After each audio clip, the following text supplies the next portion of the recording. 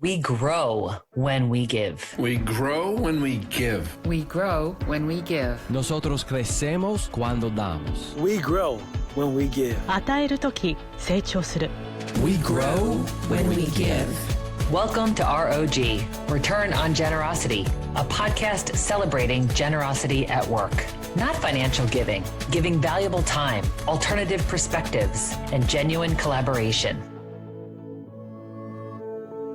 Welcome to ROG, Return on Generosity podcast. Today we are honored to have Michelle Lang, the visionary executive director of Operation Honor Rural Salute, OHRS, joining us. Michelle's unwavering dedication to serving rural veterans and their families has been the driving force behind OHRS since its inception in 2021. Michelle's journey into nonprofit leadership is deeply personal. As an Army wife, she intimately understands the challenges faced by military families in rural communities, particularly in accessing essential resources and support. We're going to learn more about that today. This firsthand experience led her to establish Veteran Help Point, a platform designed to connect veterans with vital services.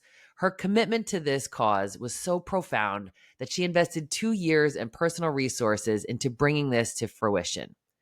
Building upon the foundation of Veteran Help Point, Michelle co-founded Operation Honor Rural Salute alongside her husband, Chris Lang. This organization was born out of a deep commitment to serve those who have served us, aiming to bridge the gap between rural veterans and the support networks that they desperately need. Michelle's leadership philosophy centers on empathy, community building, and unwavering support for those who have served. Her work continues to inspire and create tangible differences in the lives of rural veterans and their families.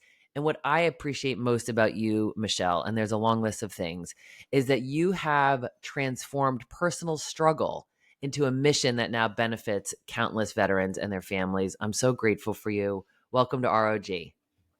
Thank you for having me on. I really am grateful for this experience. Me too. I've been loving learning more about you and your work and just your life story. It's so interesting.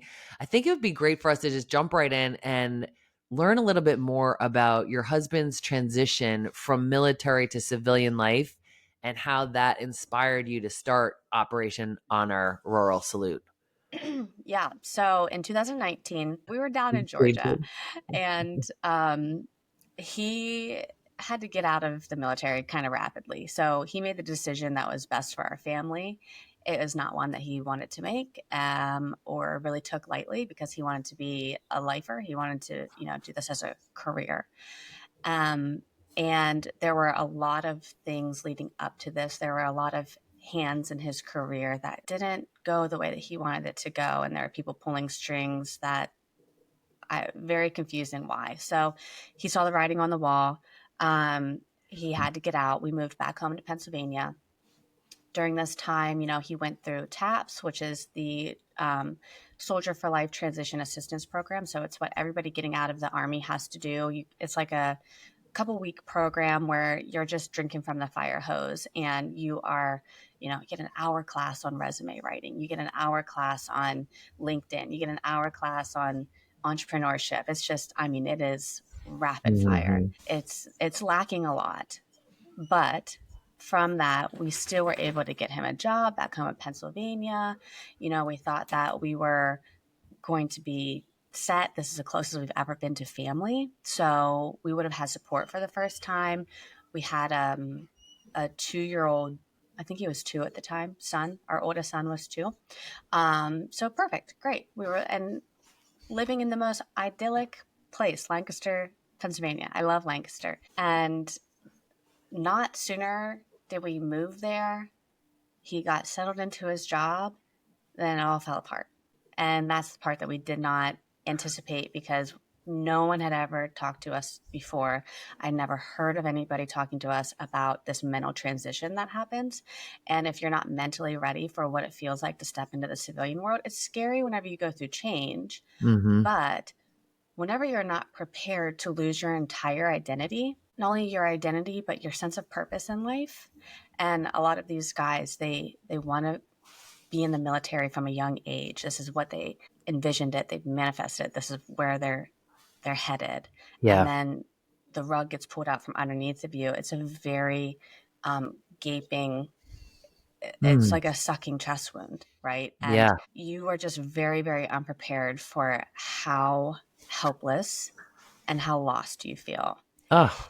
And even though he had a job where he was hired by another veteran, it wasn't a fulfilling job. It was useless to him. It was, Mhm. working at a cardboard Meaningless. He plant. didn't feel purpose. Yeah. Not at all.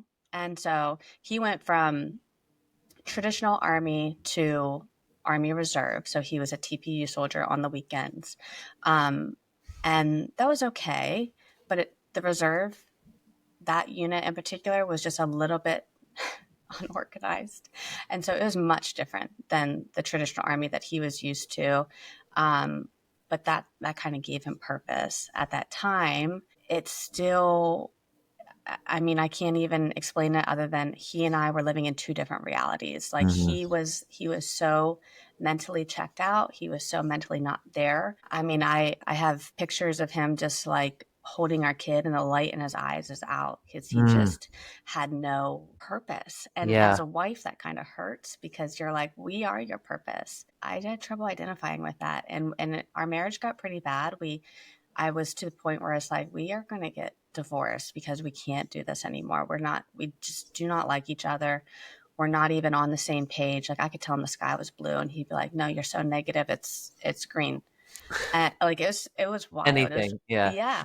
Uh-huh. Um, and he was, um, feeling these types of, now we have the word for it called passive suicidal ideation. So like he just wanted to go to sleep and not wake up. And I was afraid for that time in our life, what I might come home and find one day if I was out grocery shopping. So the only thing I could do at that time was put myself in therapy because I didn't know how to support him.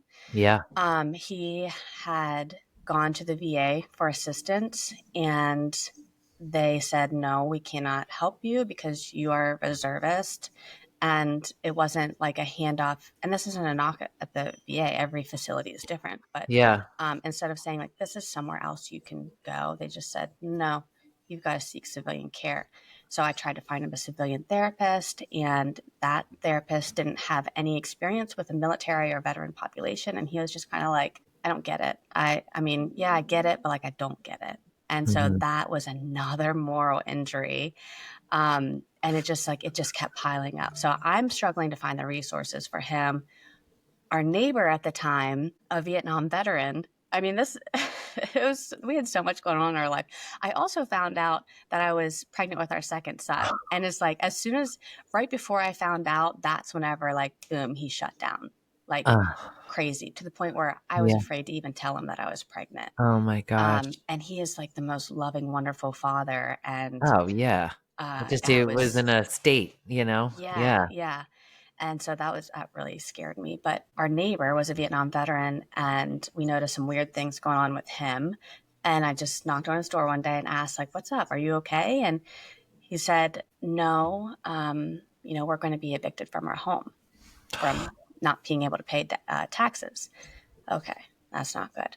What do we do about that? His family was in Maine and Las Vegas. So, his church family didn't know what to do. His blood family didn't know what to do. So we were able to find him and his wife a place to stay so that they could avoid homelessness. But all of this going on, my husband signed up for a deployment without telling me. That's where we were. Oh. Right, because he's um, looking for purpose, right? He's like, I need yes. to go somewhere where I feel like I'm making a difference, I suppose, right? Yeah. And it's so Yeah. sad And for you because here you are, you missed him whenever he was deployed before, and now he's home, but he's not home, right? yes. So, oh wow. Yeah, and luckily we were able to, through my therapist, we were able to come back together. So our marriage was really, really good before he deployed. But Okay. unfortunately, that was during COVID, and so the deployment was about a year long at that point. I had just had my second kid. Anyway, fast forward through all of that, he decided, I'm getting back in. I can't, I can't go back. So that's why we landed down here in Fort Bragg. But while he was gone, I started talking to other people, other spouses. And, I just started running my big mouth and was like, these are the things that I experienced. This is mental health issues that we went through. And I had people privately messaged me saying, "Thank you for talking about this because this is what we went through too," and my friends. And I'm like, "Why didn't you tell me that you were Mm. having problems?" And it's like, well, Yeah. we felt really dumb. We couldn't find the resources that we needed, and we thought it should be so simple. And it's just really not. There's an issue.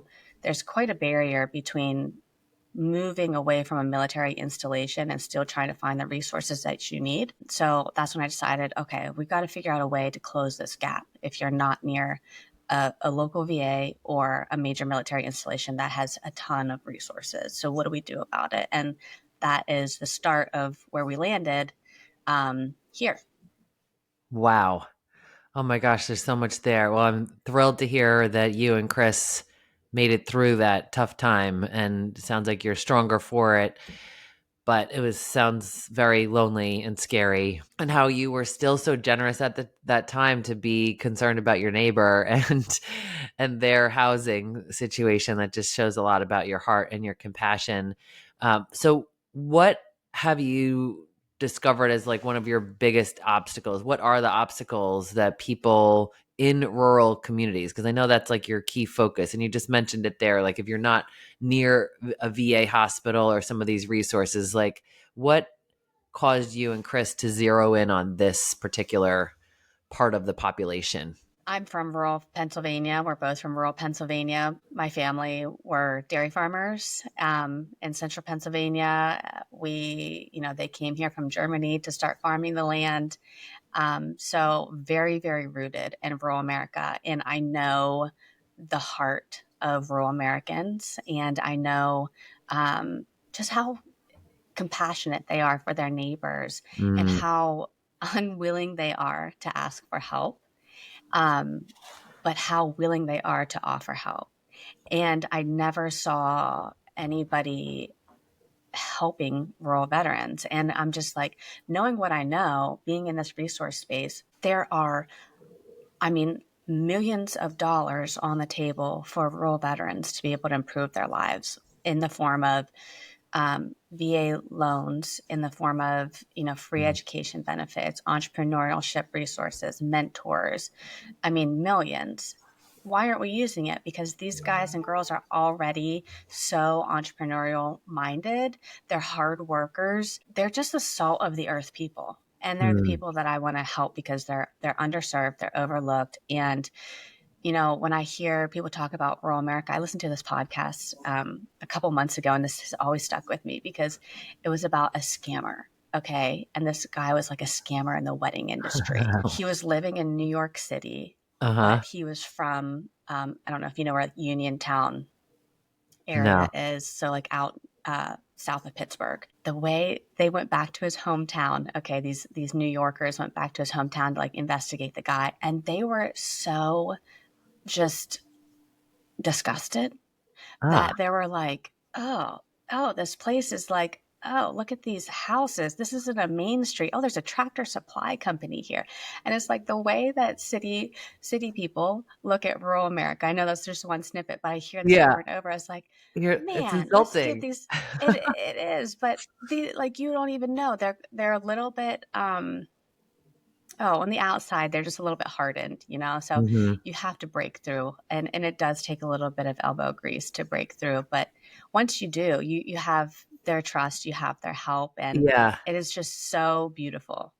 Can you share a story? I mean, just to invite us in, like, think of a time where you've seen members of these communities that you are a part of in action, just doing the small things. Like, I think you and I both believe it's like the small things that are the things that matter the most.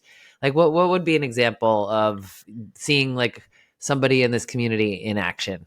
Last summer back home, I'm from a farming community back home. We have more cows than people. I think we have, there's 25 cows for every person living in the county.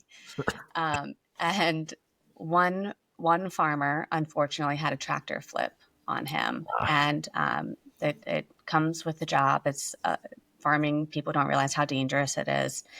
Um, and he had a tractor flip on him. People were able to help him, but after that, when you're a farmer, you don't have sick time. My parents Yeah. would always tell me to get over whatever I was going through. It's like, Michelle, the cows don't care if you're sick. All right, Yeah. honey, you got to get out there and do it. Like, come on. And they don't. The cows don't care if you're sick. The cows don't care if you're hurt. The fields still need tended. The pigs still need fed. The cows still Mhm. need milked. Life You goes get on. up, you And keep going. yeah, and that could be really life or death for a family farm if the farmer is injured. And so, I mean, what we saw from that is farmers, they would rotate turns coming in and plowing the fields, taking care of the livestock. Meal trains were started immediately. Like they didn't have to do, I mean, they had to work, but that family was taken care of. So that way the Mm. wife could go and spend time with him in the hospital. Mhm. Um, he didn't have to worry about his fields. He didn't have to worry about his livestock. He didn't have to worry about his family. And I mean, it just happens instantly. And Mm. now it's just a post on a Facebook page, and people are like, absolutely, we're All over doing it. it. I mean, Yeah. stores are donating grain, whatever they need. Mhm. And it happens so quick. People are so willing to be generous. That's beautiful. And I've heard you say that, like, yes, when those major things happen, like the tractor flipped, people are alerted to the need and come, handily to support. And I've heard you say before, sometimes with mental health, it's not as obvious as something like that physically happens if something breaks or an accident or something like that. So tell us a little bit about what to look out for and why mental health is so critical. I always say you can't just text somebody and say, how are you doing? Like they're going to say, fine. You need to be consistently showing up in people's lives and asking the right questions. And it doesn't have to be difficult and it doesn't have to be weird. It can be a little bit more specific. So, for example, like when I'm checking on my friends, I'm specifically asking, how are you feeling today? What's Great something question. positive in your life? And Mm, people feel uncomfortable answering these questions, but it's not weird. It's not weird to me.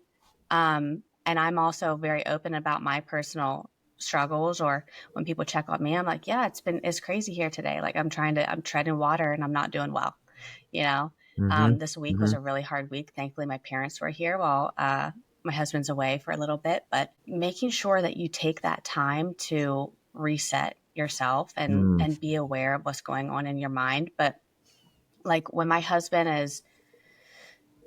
he has gone through moments of hardship, it's like you've got to drop what you're doing, you've got to tune in to that. mhm. And it really is, you've got to understand from, like, okay, for example, from my side of it, looking at Chris, or a friend that's struggling, what their mind is telling them is so unbelievably powerful, and Yeah.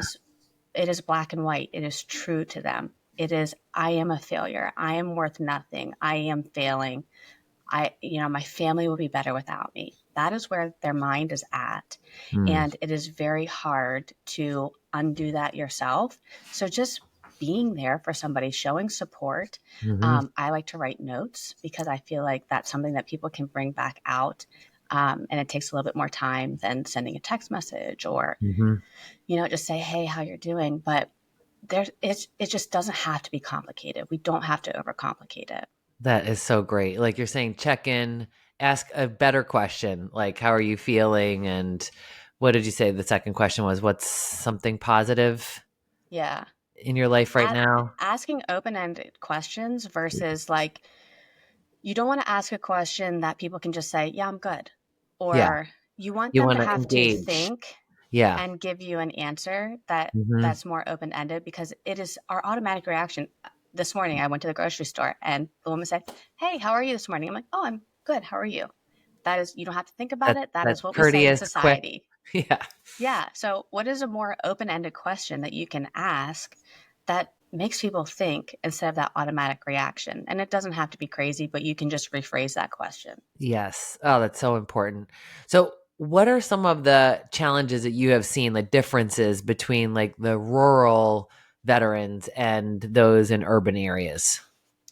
Well, there's a lot fewer opportunities to connect in person in rural America with other Mm, veterans. So, okay. for example, my event last year, it was for rural veterans in central PA, and I had veterans there that had lived there for most of their lives, and they were looking at people there at the event, they're like, I didn't know you were a veteran.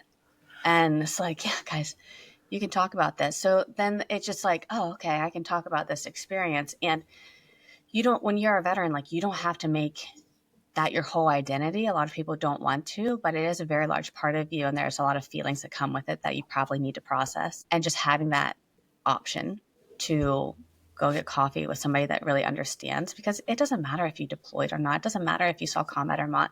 There's so many other things that happens. Like, even if you go to basic training, I mean, you're getting hammered up here mentally.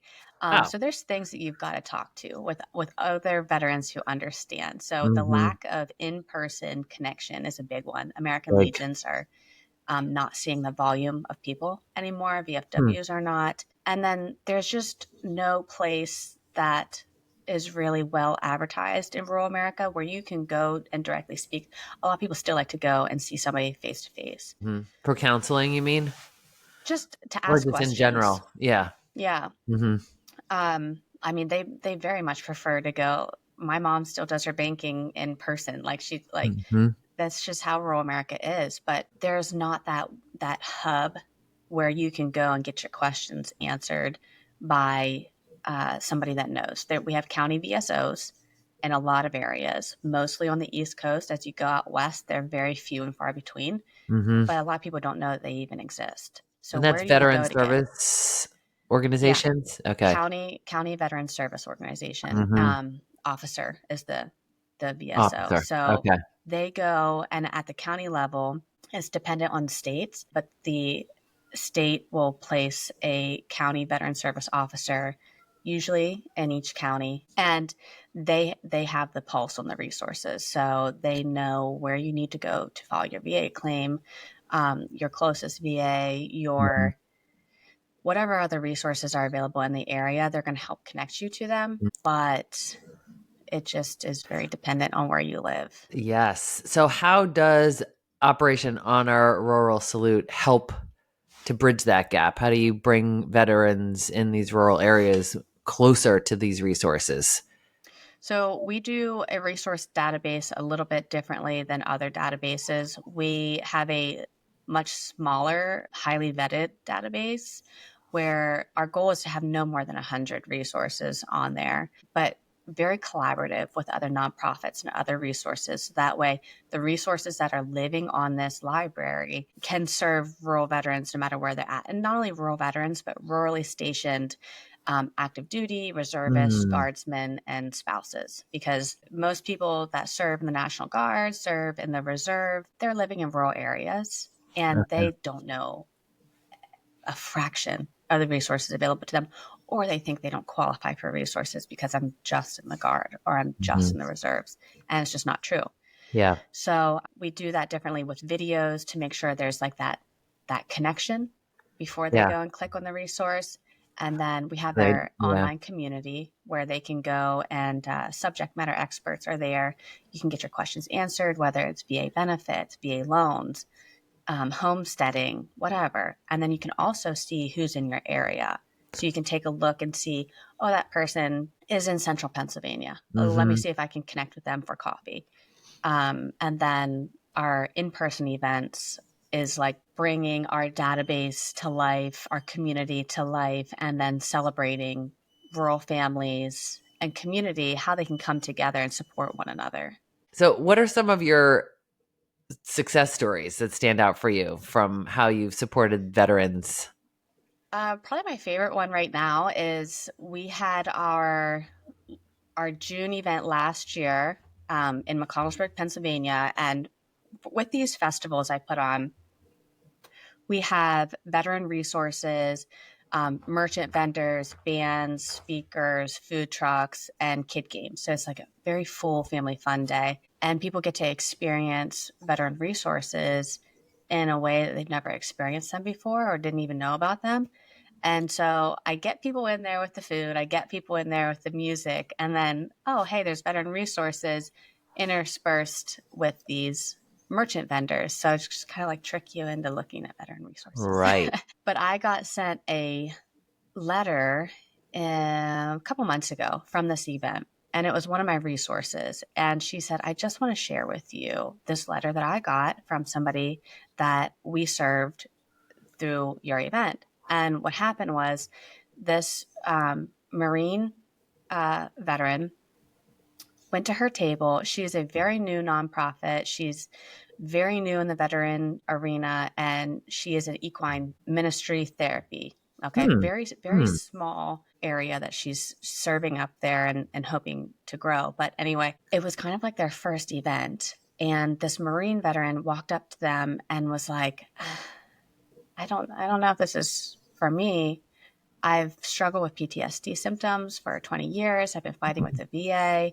The medication isn't working. This and that isn't working. I've tried all sorts of therapies. I'm kind of I'm at the end of my rope. Nothing's working. Nobody's listening to me. She Mm-hmm. said, just give us a try. Just give us a try. And he did. And he went through the 12-week program. Wow. And at the end of his PTSD symptoms were totally lessened. He just kind of had a new lease on life, and he would have never known about that resource because we get people from all over the counties, Pennsylvania, West Virginia, Sure. Virginia. He would have never known about that resource if it weren't for that event. And he probably wouldn't have ever given it a chance if he didn't speak to her face to face, Mm-hmm. because he needed that extra lifeline of trust, because for the Sure. past 2 decades he's been burned. So he ended up writing a really, really nice letter to her, to the local VAs, to the state, everything. Just so excited that he Ah, was able to heal. And I'm like, this is exactly what we want. I just want to provide a vehicle for you you're to see these connecting. resources. Yes. Yeah. Yes. I love how like on your LinkedIn you say that you bridge differences and you build futures, like that you see yourself as a bridge. I see myself as a bridge. It's a beautiful metaphor of just like how you want to help people connect to the resources that they need. Like this is such a great example. Like he probably never would have thought of equestrian support, right? I mean, who would have thought of Yeah. that? But this person, you created an environment where he felt comfortable enough to be curious and ask Hmm. questions and then actually try it, which it takes a lot of courage to do that. Yeah. Yeah. I think that these events are a really good opportunity to help build trust between resources, and especially between the VA. So that's really one of our goals, is to help rural veterans gain more trust in the VA, Hmm. and help the VA serve more rural veterans, just because it's hard whenever you live 2 hours away from a VA. Um, I mean, think about that from a civilian standpoint. If the only hospital you can go to is 2 hours away, you're cranky from driving 2 hours away. You're cranky from sitting there. Hmm. Um, if the doctor says something that is displeasing to you, it's upsetting. Yeah. So the whole Yeah. thing is just, Yeah. The it's whole very thing. easy to have a bad experience if you're Hmm. driving that far. So I just want to get these resources in front of people so that way they can see that there's a real person behind them that does care about them. Yes. And I'm so filled with hope hearing you say how many resources are available. You're just trying to create that library, like you said, like that interactive map that you have that connects people to the resources that they need and, as close proximity as possible. What do you wish that more people understood about the needs of rural veterans? There's this conception from a lot of people that there are so many resources available. I don't understand why they're struggling. Mm, And while I agree there are a lot of resources available, think about how difficult that is to navigate, especially from the lens of a veteran who has just left the military and when you leave the military, you might leave with a good experience, but a lot of times, you know, the army keeps rolling along. That's the saying. You mm, realize very quickly that you were a number whenever you were. There's a lot of feelings to untie with it all, and mm, without getting into it too much, it's really hard to navigate a ton of resources whenever you feel like you don't have that trust in all of those resources. Number one. Number mm, two, if you do a simple Google search to even find resources, Wounded Warrior is going to come up. The VA is going to come up. Your local resources are not going to come up. These virtual resources that are smaller nonprofits, they're not coming up.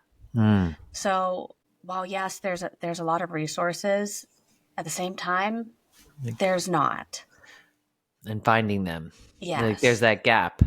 Right. Yeah. Mm-hmm. Yeah, and you felt it yourself. You were there. I think that's why you created this, right? Hmm. Because you said this was hard. It is hard, and I want to make it less hard. It's not that it's easy, it's just less hard.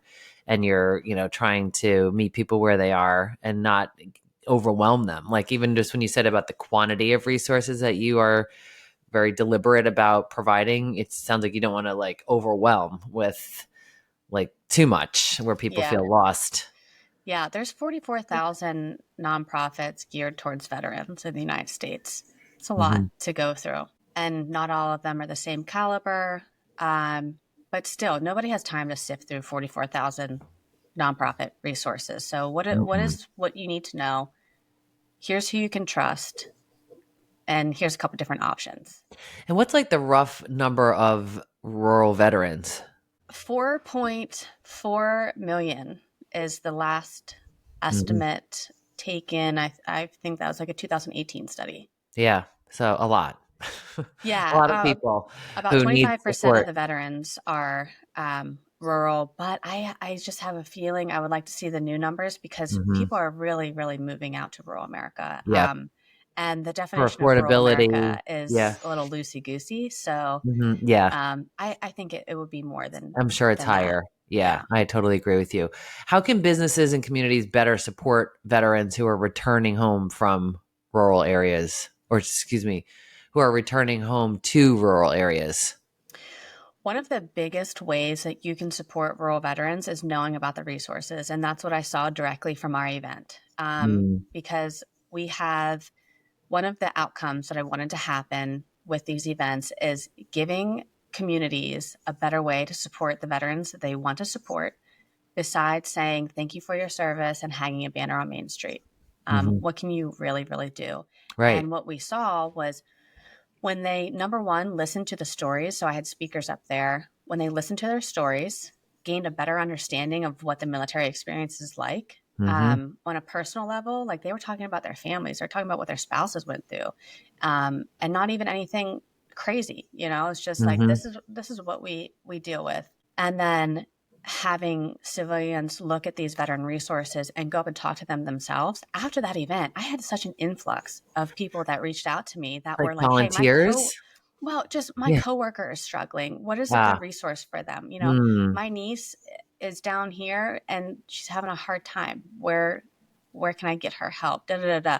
And it just kept coming, and it was mm, never the veterans themselves reaching out to me, and that's truly how it usually goes. It's usually a spouse or a coworker, but they felt so empowered to really help and make a difference. And you absolutely do. And we're stronger together. And that's how really the best way, I think, we all work towards a better future is just mm. knowing how to support one another better. That's incredible. So true. And I love how you're saying these live events is really like the magic. It's like getting people to the place and then, meeting people, and it sparks all of these thoughts and it enables people to be more open about the challenges that they're having or their loved ones are having. What policy changes or initiatives do you think would really make a big difference for rural veterans? Well, VA is working, I mean, they have telehealth care, Hmm. but getting more of that into the community, having a better community care plan in place, because that's still a little shaky depending on what, and it's all facility dependent, it seems Hmm. like. But we really have got to take a better look at what community care looks like for rural veterans. For example, in Fulton County, we have a wonderful critical access hospital in the county, and veterans could go right there to be served by their specialty service clinic, to be served by primary care doctor. But you have to be an authorized VA provider. There's just a lot of unknowns for a lot Mm, of people. So education, getting those resources out there is a huge deal for facilities in these rural areas to better understand community care and the VA to better serve rural mm. veterans. That's so helpful. Thank you for sharing that. So, how has leading this nonprofit changed you personally? I have had to, gosh, really stretch and test myself as far as, Yeah. mentally staying focused with blinder is so easy to get distracted by what somebody else is doing. So easy to compare and despair. It's so easy to take your eyes off of your mission whenever there's all this noise going on around you. So how do you stay focused, and how do you be more intentional with the execution of things? Because Mm. for me, I have three small boys, 6, 4, and 2 years old. I haven't always been the best mom while I'm in this role. And so sometimes I've had to take a step back and say, okay, what are my priorities? Realign. My priorities are me, figure out who I am as Michelle. How can I be a better wife? And how can I be a better mom? How can I be a better nonprofit leader? So, I mean, Mhm. nonprofit leader, very passionate about, but at the end of the day, it's going to be me and my husband.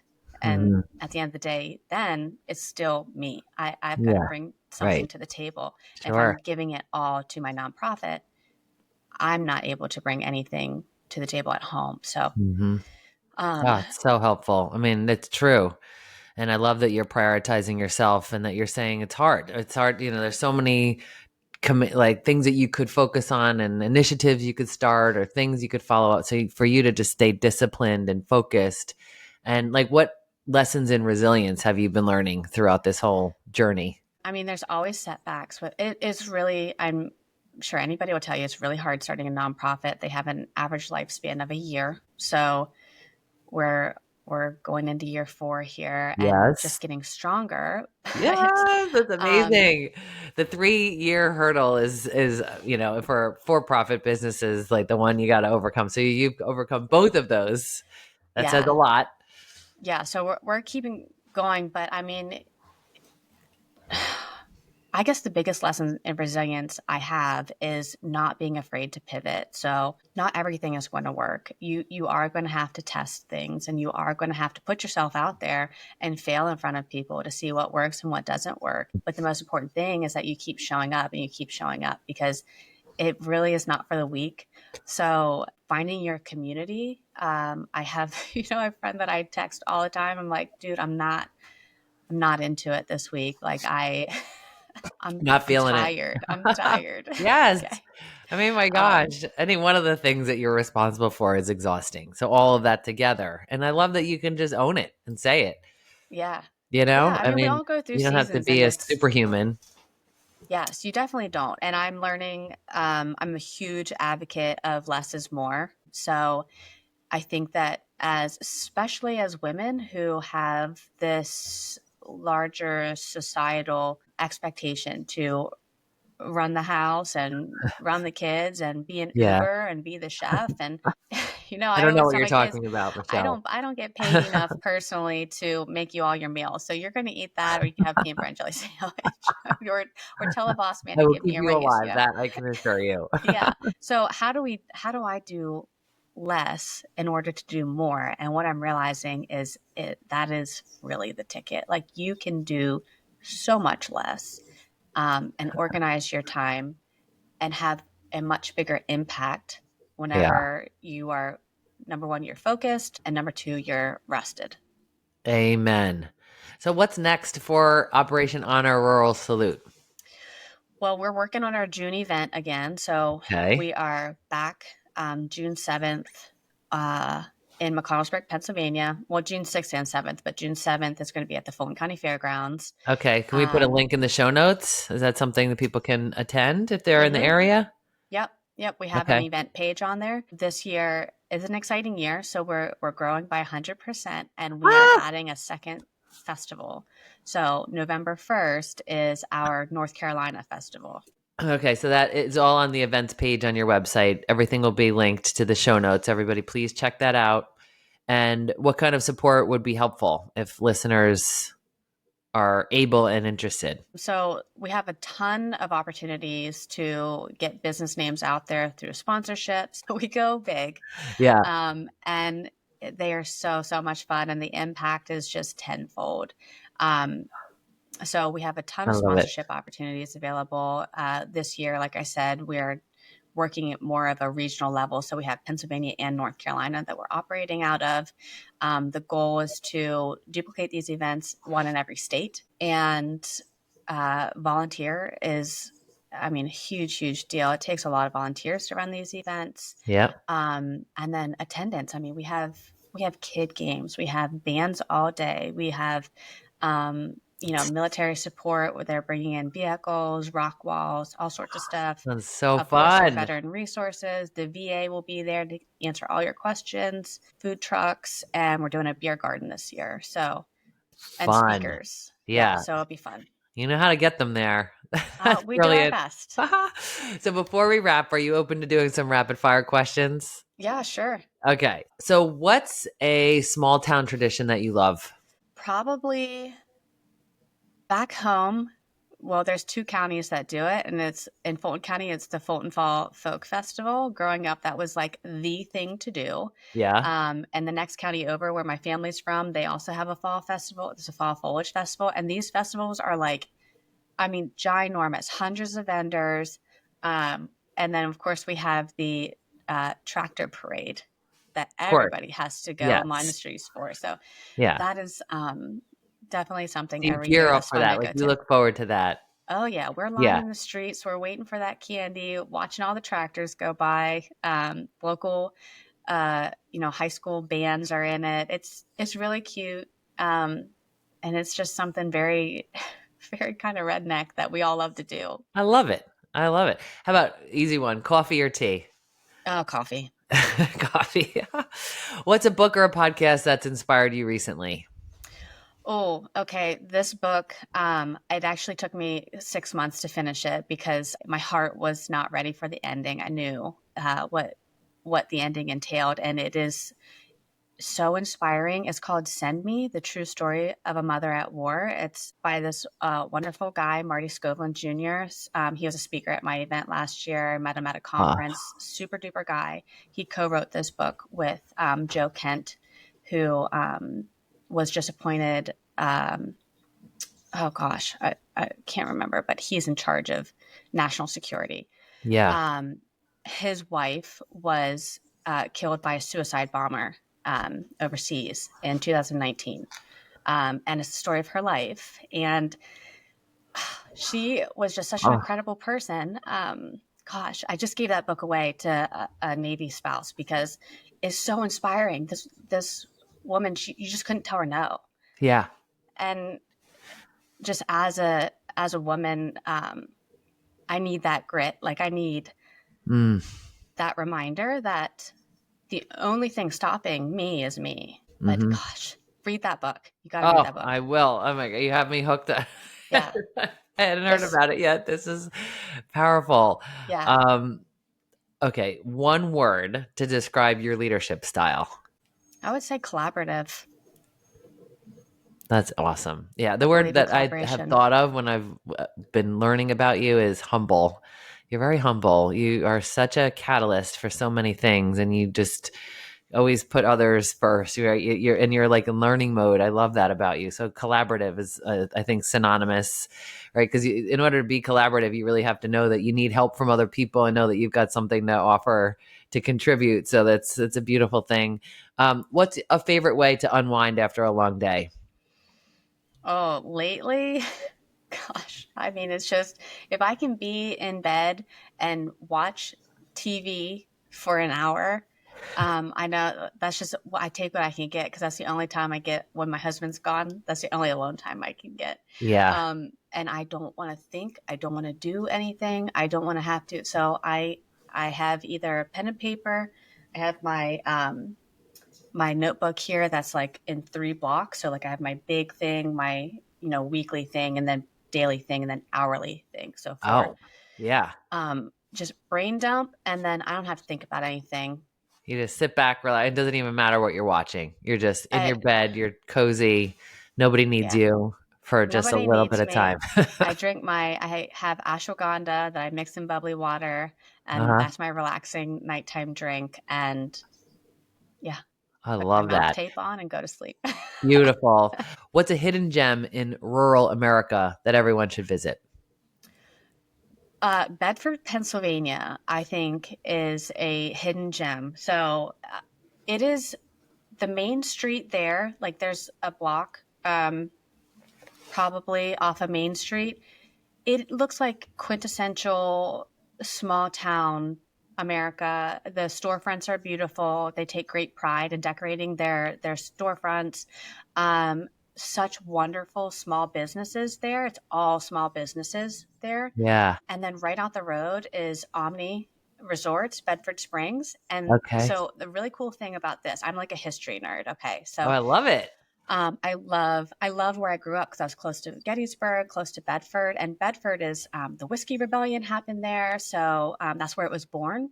Yeah. And out in Bedford Springs, that's where a lot of presidential figures stop through. So if you go, you can see the guest book signed by like James Madison, George Washington stayed there, a Wow. bunch of people, but they have their original window panes there.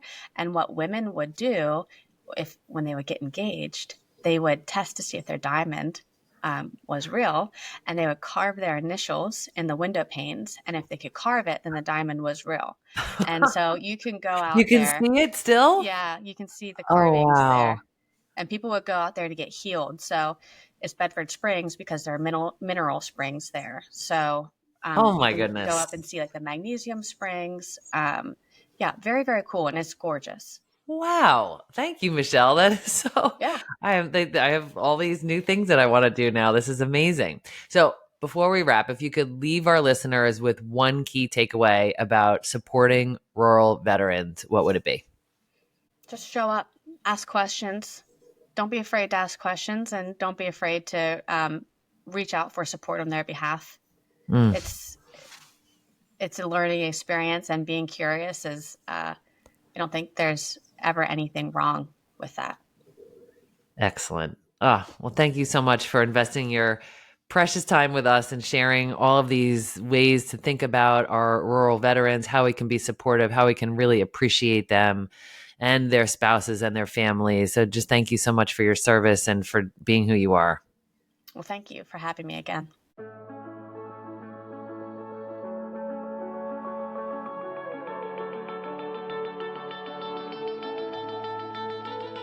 Thanks for listening to ROG, Return on Generosity podcast. Please help us grow by subscribing and reviewing us on your favorite podcast player.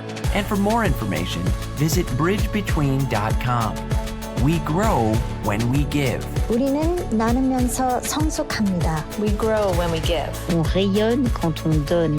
We grow when we give.